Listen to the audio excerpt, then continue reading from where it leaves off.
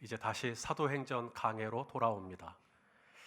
지난 시간 스데반이 돌에 맞아 순교했습니다. 사내들인 공회의 재판을 받고 성난 유대인들이 스데반을 성 밖으로 내치고 그리고 돌을 던져서 죽었죠. 스데반이 잘못한 게 있나요? 스데반은 잘못한 게 없습니다. 그는 끝까지 선한 싸움을 싸웠고 믿음을 지켰어요. 그렇다면 하나님께서 스데반을 지켜주시고 보호해 주실 수는 없었을까요? 돌이 날아와도 좀 막아주신다든지, 돌이 날아오면 이렇게 피하게 해주신다든지, 설령 돌을 맞아서 죽었더라도 다시 살려주실 수는 없었을까요? 그런 사례가 있잖아요. 오늘 본문에 등장하는 이 사울, 나중에 이제 바울이 되죠. 사도 바울이 되는데, 이 바울이 선교 여행을 할 때 루스드라라고 하는 곳에서 복음을 전합니다. 그때 유대인들이 바울에게 돌을 던져요. 그리고 바울이 돌에 맞아 죽습니다. 사람들이 바울이 죽은 줄 알고 성 밖으로 던져요. 시외에 그 시신을 버립니다. 시신을 성 내에 둘 수는 없으니까. 자, 우리 한번 읽어보죠. 사도행전 14장 19절 읽어봅니다. 시작. 유대인들이 안디옥과 이고니온에서 와서 무리를 충동하니 그들이 돌로 바울을 쳐서 죽은 줄로 알고 시외로 끌어내치니라. 기절을 했다면 시외로 끌어내치지 않죠. 분명 죽은 겁니다. 분명 죽었다고 판단할 만한 그런 징후들이 있었던 거죠. 그래서 이거 죽었다, 바울은 죽었다라고 판단하고 성 밖으로 시신을 끌어냈던 것입니다. 루스드라 안에 사도 바울의 복음을 반대하는 유대인도 있었지만 또 바울이 전한 복음을 받아들인 사람도 있죠. 그래서 받아들이고 예수님을 구주로 영접한 예수님의 제자들도 있어요. 이분들이 이제 사도 바울의 시신이라도 수습해서 장례라도 치를 마음으로 성 밖에 내쳐진 바울의 시신을 향하여 걸어가는데 바울이 벌떡 일어납니다. 자, 그 다음 절 보세요. 20절입니다. 시작. 제자들이 둘러섰을 때에 바울이 일어나 그 성에 들어갔다가 이튿날 바나바와 함께 더베로 가서, 바울은 분명 돌에 맞았어요. 그리고 실제로 죽기도 했습니다. 그런데 다시 살아났다. 이 바울이 돌에 맞았다는 이 이야기는 전설이 아니고요. 바울이 고린도 교회에 쓴 편지에 보면 자기가 돌에 맞았던 경험을 이야기합니다. 자, 고린도후서 11장 24절 25절 시작. 유대인들에게 40에서 하나 감한매를 5번 맞았고 3번 태장으로 맞고 1번 돌로 맞고 3번 파선하고 일주야를 깊은 바다에서 지냈으며, 여기 1번 돌로 맞고 이게 바로 루스드라에서의 경험을 이야기하는 거예요.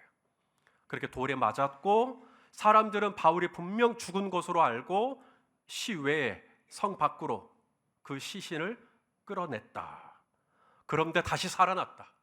다시 살아나서 다시 그 성 안으로 들어가서 또 복음을 전했다. 스데반은요? 왜 바울은 돌에 맞고 다시 살고, 왜 스데반은 돌에 맞고 순교하고, 왜 누구는 살려주고 누구는 죽게 하고, 왜 그러셨을까요?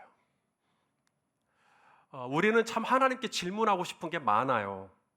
그런데 성도 여러분, 우리는 질그릇입니다. 우리는 진흙이에요. 주님은 토기장이시고요.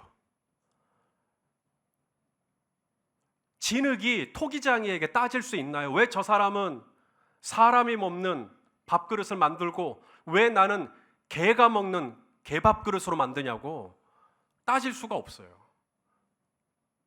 왜 바울은 살려주고 왜 스데반은 죽게 내버려두고, 우리는 하나님의 뜻을, 토기장의 뜻을 다 알 수가 없습니다. 우리로서는 참 스데반이 아깝죠. 스데반 같은 분이 좀 더 오래오래 사역을 할 수 있었더라면, 모르죠. 사도 바울보다 더 위대한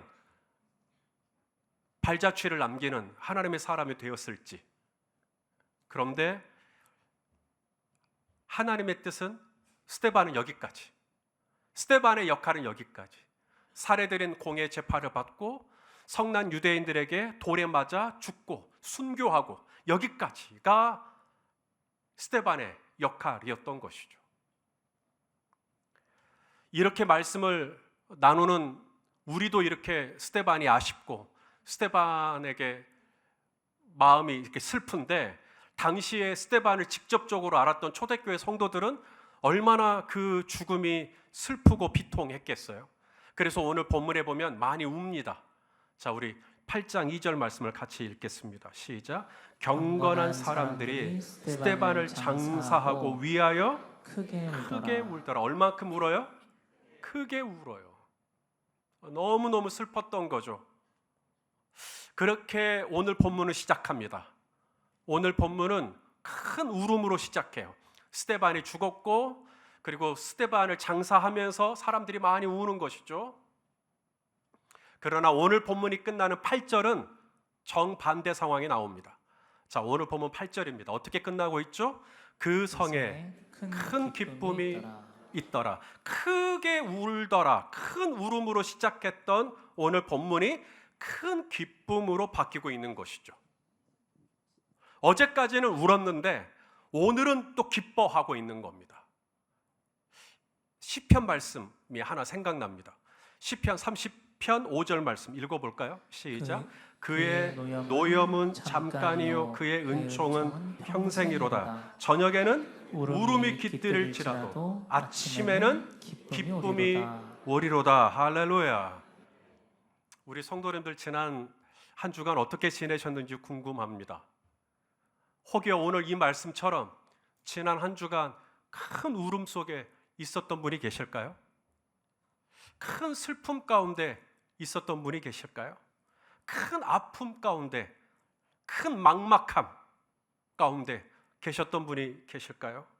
뭔가 뜻대로 일이 잘 안 풀리고, 뭔가 이 배우자와의 관계는 틀어지고, 믿었던 사람에게 배신을 당하고, 또 직장 안에서도 공정한 대우를 받지 못하는, 병원에 갔는데 의사 선생님으로부터 그닥 좋은 이야기를 듣지 못하는, 그래서 지난 한 주간 마음이 눌렸던 거죠.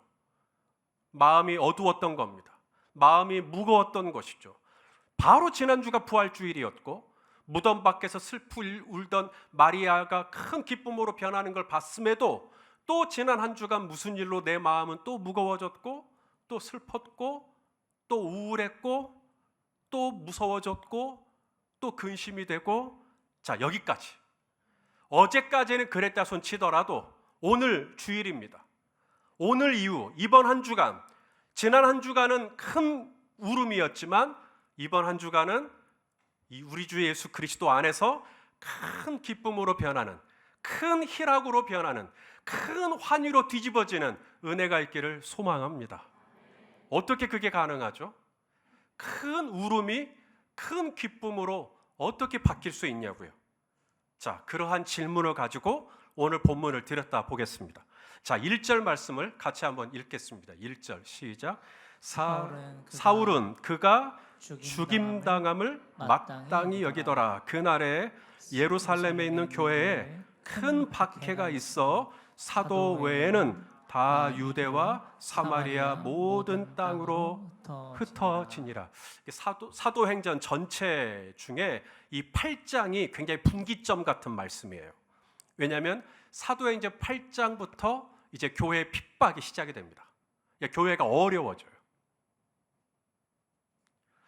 자, 그러자 사도들은 어떻게 결정을 했다는 거예요? 사도들은 예루살렘에 남기로 결정을 했습니다. 누군가는 남아 있어야 되니까. 사도들이 예루살렘에 남고 다른 성도들은 어떻게 하기로 결정했어요?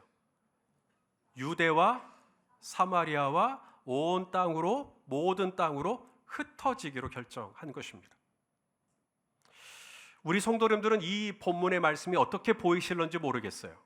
초대교회 성도들이 핍박을 피해, 박해를 피해 유대와 사마리아로 흩어지고 있는 이 장면이 어떻게 보이십니까?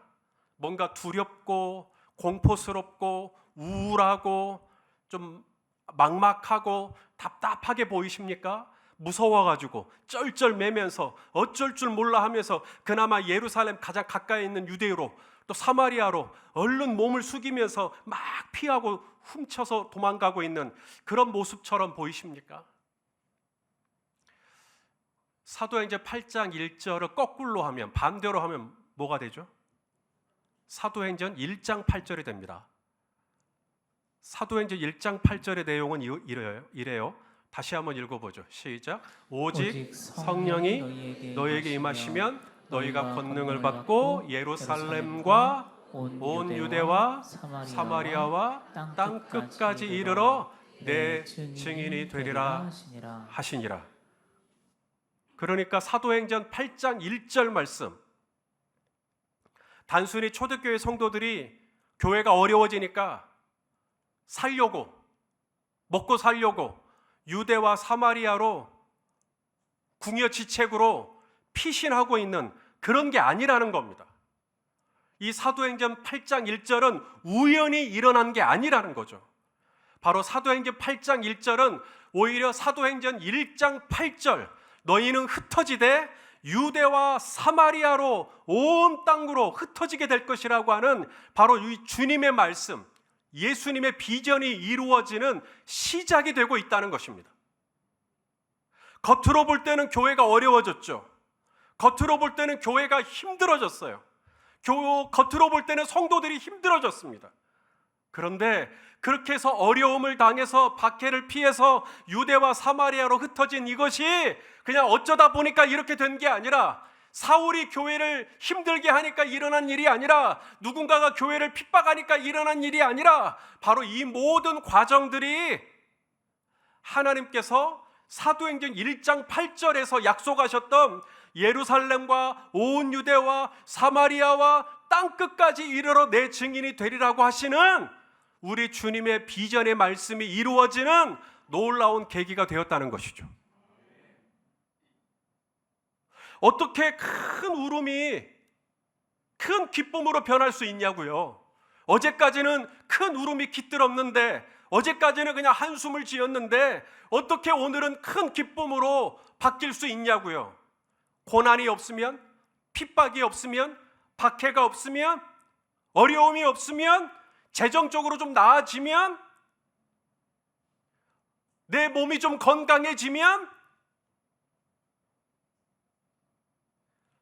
여러분, 지난주에도 많이 힘들었지만 이번 주에도 또 힘들 수 있어요.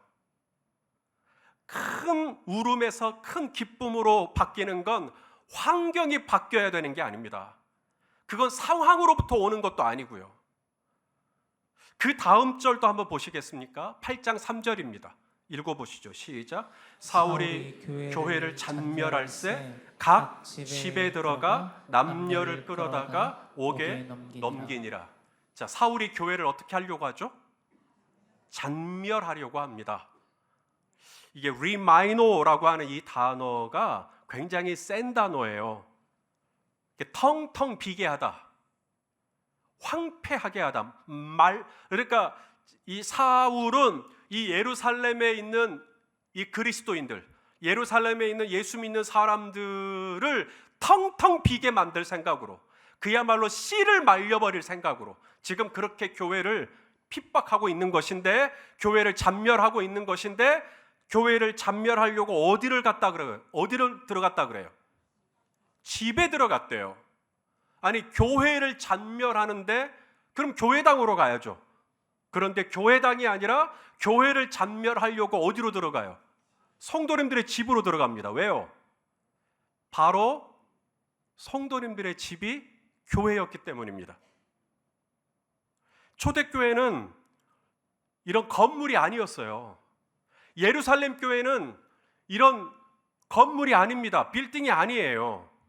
베드로의 설교를 듣고 3,000명이 회심하고 또 어느 날은 5,000명이 회심하고 그 많은 인원이 한꺼번에 들어갈 수 있는 그런 빌딩이 없습니다. 초대교회 성도들의 그 교회는, 예루살렘 교회는, 초대교회는 바로 성도님들의 집에 있었던 거죠. 우리 이 집사님 집이 교회였던 거고, 우리 박 집사님 집이 교회였던 거예요. 그러니 이 교회를 잔멸하려고 할 때 사울이 어디로 들어가요? 각 집으로 들어갔다. 열린 베델교회 각 성도들의 집으로 들어갔다는 거죠. 왜냐하면 집에 들어가면 거기에 교회가 있으니까. 여러분, 교회를 잔멸하는 방법입니다. 교회를 텅텅 비게 할 수 있는 방법입니다. 교회를 황폐화시킬 수 있는 방법입니다. 바로 우리 성도님들의 집을 공격하는 것이죠. 성도님들의 집으로 들어가는 것입니다. 그리고 성도님들의 집 안에서 부부관계가 어려워지게 만드는 거죠. 부부관계가 어려워지면 이것이 반드시 교회의 영향을 받아요. 부모와 자녀와의 관계를 어렵게 만드는 것이죠. 형제 자매와의 관계를 어렵게 할 수도 있겠어요. 부모님과의 관계도 어렵게 할 수 있겠어요. 집으로 들어가는 것입니다. 그리고 그 관계를 다 깨버리는 것이죠. 그것이 교회를 잔멸하게 하는 방법입니다. 자, 이에 초대교회 성도들이 어떻게 반응하죠? 사울이 교회를 잔멸하려고 하니까 맞서 대항했나요? 막 같이 싸워요? 혈과 육과 싸워요? 무기를 들고 칼을 들고 같이 싸워요? 그게 아니었어요. 초대교회 성도들은 사울이 교회를 잔멸하려고 하고 믿는 사람을 남녀를 사로잡아서 옥에 막 집어넣고, 그때 초대교회 성도들이 결정하죠. 사도들만 예루살렘에 남고 나머지는 전부 다 흩어지기로. 그래서 예루살렘 바로 위가 유대고 사마리아니까 유대와 사마리아로 흩어지게 되었다. 그런데 바로 그 결정이, 성도들이 흩어졌지만, 교회가 흩어졌지만, 복음이 흩어졌지만, 그것이 교회를 약화시키고 성도들의 믿음을 약화시키는 것이 아니라 오히려 유대로 흩어지고 사마리아로 흩어지는 그것이, 너희는 모든 족속으로 제자를 삼아 아버지와 아들과 성령의 이름으로 세례를 주고 내가 너희에게 가르쳐 분부한 모든 것을 지키게 하라고 하시는 위대한 명령을 이루시는 하나님의 놀라운 역설적인 계기가 되게 하셨다.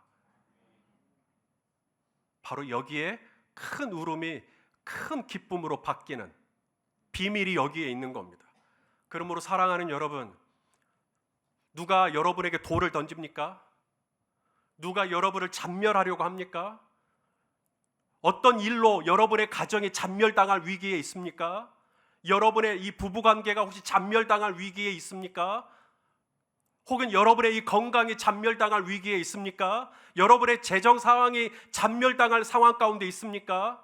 여러분, 절대 상황만 보지 마세요. 상황을 보면 안 좋아요. 상황을 보면 뭔가 교회가 어려워지고 있어요. 상황을 보면 성도들이 막 흩어지고 있는 것 같아요. 이대로 약해질 것 같아요. 이대로 끝장날 것 같아요. 그러나 상황을 보지 말고 이 모든 어렵고 울음이 나고 정말 기가 막히고 이 모든 상황들 이면에, 이 고난의 뒤편에 여전히 하나님은 사도행전 8장 1절 뒤에서 사도행전 1장 8절을 이루어가고 계시는 하나님의 일하심을 신뢰하실 수 있기를 바랍니다.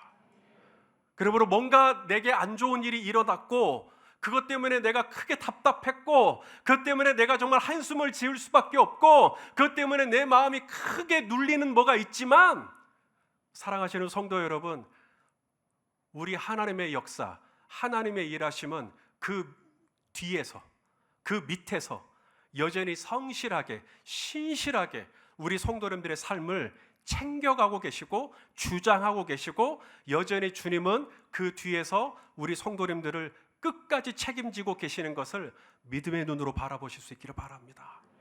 그러면 큰 울음이 큰 기쁨으로 바뀔 수 있어요. 이게 전부가 아니다.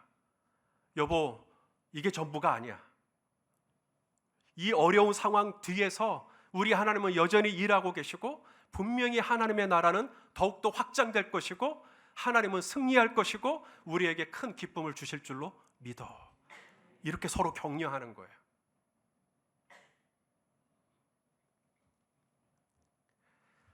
하나가 더 있어요. 초대교회 성도들이 흩어지잖아요. 이 흩어질 때 누구의 이름이 나오냐면 빌립의 이름이 나옵니다.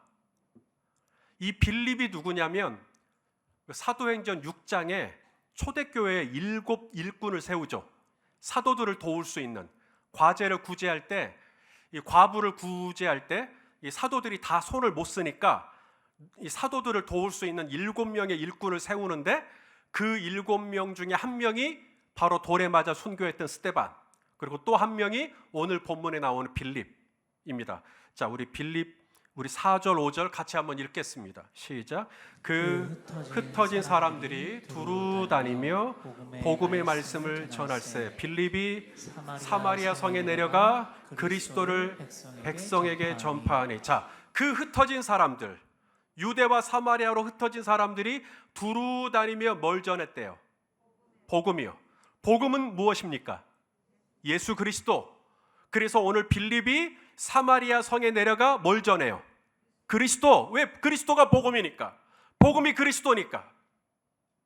그랬더니 복음을 전했더니 사마리아 성이 어떻게 됐어요? 큰 기쁨의 성이 되었다는 거예요. 여러분, 본래 이 사마리아 성은 큰 기쁨의 성이 아닙니다. 사마리아 성은 오히려 큰 슬픔의 성이에요.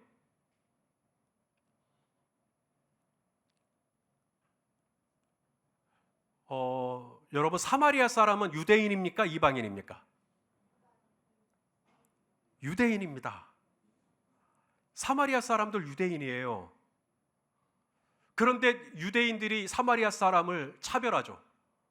사마리아 사람을 배제시킵니다. 그 사도행전, 요한복음 4장이죠. 예수님이 사마리아 여인에게 물을 달라고 하니까 여인이 깜짝 놀래죠. 당신은 유대인인데 왜 사마리아 사람에게 말을 겁니까? 자, 우리 요한복음 4장 9절 한번 읽어보겠습니다. 시작. 사마리아 여자가 이르되 당신은 유대인으로서 어찌하여 사마리아 여자인 나에게 물을 달라 하시나이까? 이는 유대인이 사마리아인과 상종하지 아니함이로라. 여러분, 사마리아 사람도 유대인이에요. 그런데 왜 다른 유대인들이 사마리아인과 상종을 안 할까요? 그 역사적인 배경을 전부 다 설명드릴 시간은 없고, 간단하게 말씀드리면 이 사마리아인은 바로 이방인들과 피를 섞은 혼혈인들입니다. 북이스라엘이 망했을 때 아수르가 이 사마리아 성으로 이 아수르 사람들을 이주시켜요. 같이 살게 해요. 거기서 같이 결혼도 하고 그렇게 섞여버린 겁니다. 그러니 유대인인데 혼혈이 되다 보니까 순수한 혈통을 중요하게 여기는 유대인들이 사마리아 사람을 잘라버리는 거죠. 사마리아 사람을 배척하는 것입니다. 사마리아 사람을 인정해주지 않는 것이죠. 여러분, 사마리아 사람도 유대인이에요. 그러니 사마리아 사람도 바알을 믿겠어요? 하나님 믿겠어요? 하나님 믿죠. 야훼를 믿습니다. 여러분, 예수님이 복음서에 보면 비유 중에 이 사마리아 사람들이 굉장히 선한 사람들로 등장합니다. 선한 그 강도 만난 자의 이웃이요.